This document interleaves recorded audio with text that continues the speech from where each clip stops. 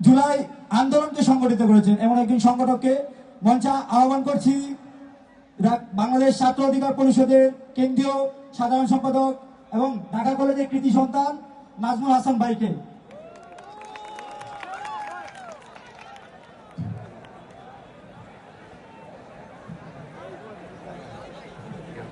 পর আজকে যারা গান শুনতে এসেছে সেখানে বক্তব্য রাখা আসলেই অন্যরকম বিষয়। আমি খুবই শর্ট করে বলে দিব।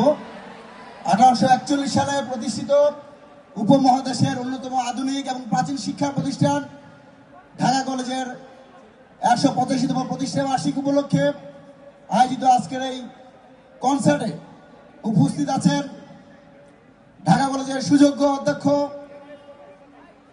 Professor A K Ilias sir.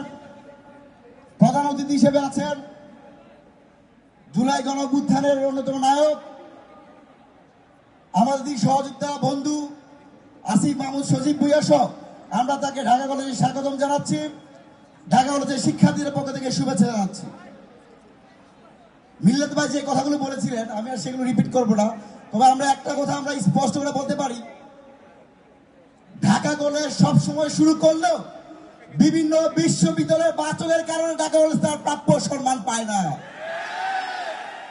আমরা স্পষ্ট করে একটা বিষয় বলি, এই যে আমাদের 69 গণঅভ্যুত্থান, 52 ভাষা আন্দোলন, 90 স্বৈরাচার বিরোধী আন্দোলন থেকে শুরু করে সেগুলো কথা নাই বললাম, সর্বশেষ যে জুলাই আগস্ট ছাত্র নাগরিক গণঅভ্যুত্থান হয়েছে, 15 জুলাই যখন ঢাকা বিশ্ববিদ্যালয় বিসি চত্বরে ছাত্রলীগের সন্ত্রাসীরা হামলার শিকার হওয়ার পর ঢাকা বিশ্ববিদ্যালয় বন্ধ হয়ে যাওয়ার পর এই সায়েন্স ল্যাব, নীলক্ষেত, মোহাম্মদপুর সহ প্রত্যেকটা বাংলাদেশের আলাদা আলাদা ঢাকা কলেজের শিক্ষার্থীরা নেতৃত্ব দিয়েছিল।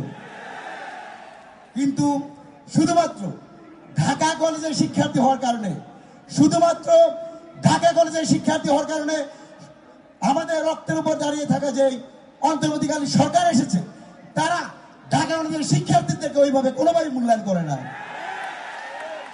পুলিশ সংস্কার কমিশন, জনপ্রশাসন সংস্কার কমিশন থেকে শুরু করে অন্যান্য বিশ্ববিদ্যালয়ের শিক্ষার্থীরা চান্স পেলেও ঢাকা কলেজের হাজারো মেধাবী শিক্ষার্থী থাকা সত্ত্বেও চান্স পায় নাই। আমরা রাষ্ট্রের এই বাচককে বৃত্তাঙ্গুলি দেখেই ঢাকা কলেজে এই বাংলাদেশের বুকে দাঁড়িয়ে আছে। আজকে বিশেষ করে আমার সহযোদ্ধা, আমার বন্ধু এখানে উপদেষ্টা হিসেবে আছেন মিল্লাত ভাই, তার কাছে অনেক কিছু দাবি জানিয়েছেন। আমি আসার সময় অনেকে বলছিলেন আসলে আমাদের এই যে ঢাকা কলেজের ত্যাগের বিনিময়ে কিন্তু আজকের মুসলিম হল, আজকে কার্জন হল। সুতরাং আমাদের উপদেষ্টা মহোদয় যেখানে পড়াশোনা করছেন, আপনার পাশে ঢাকা কলেজ, আমরা বেশি কিছু চাই না। আমরা বিবিসি থেকে শুরু করে বিভিন্ন পত্র পত্রিকায় শুধু অনুদান আর অনুদান শুনতে পাই, তবে আমরা শুনতে চাই ঢাকা কলেজে একটা 10 তলা আবাসিক হল প্রয়োজন। আমাদের আর কিছু চাওয়ার প্রয়োজন নাই। সর্বশেষ আবারও যারা আজকে এসেছেন সবাইকে শান্ত এবং শৃঙ্খলার সাথে আজকে কনসার্ট উপভোগ করার জন্য আহ্বান করছি। পরিশেষে যাদের কথা না বলেই নয়, আমাকে একত্রিত না দিলে আসলে খুবই বাজে হয়। বিশেষ করে আমি ঢাকা কলেজের কেন্দ্রীয় সহসম্পাদক রাকিব, মইনুল, আফজাল, সজীব, মাসুদ, নোমান, রেদওয়ান, রাহাত সহ যারা এই জুলাই অভ্যুত্থানে, এবং বিশেষ করে আরেকটা কথা বলতে না বলেই নয়, ছাত্র দলের বিপ্লবী সাধারণ সম্পাদক মিলাদ ভাইকে গুলিবিদ্ধ হওয়া ঢাকা কলেজের সমন্বয়ক আওয়াজ আহমেদ জীবন, যাকে পুলিশ বাড়ি দিয়ে তার মেরুদণ্ড ভেঙে দিয়েছে, একই সাথে ঢাকা কলেজ ছাত্র দলের সদস্য ইমরান, যাকে বিজিবি ব্রাশ মার করে এখনো সেই 14 মার্চের হসপিটাল আছে।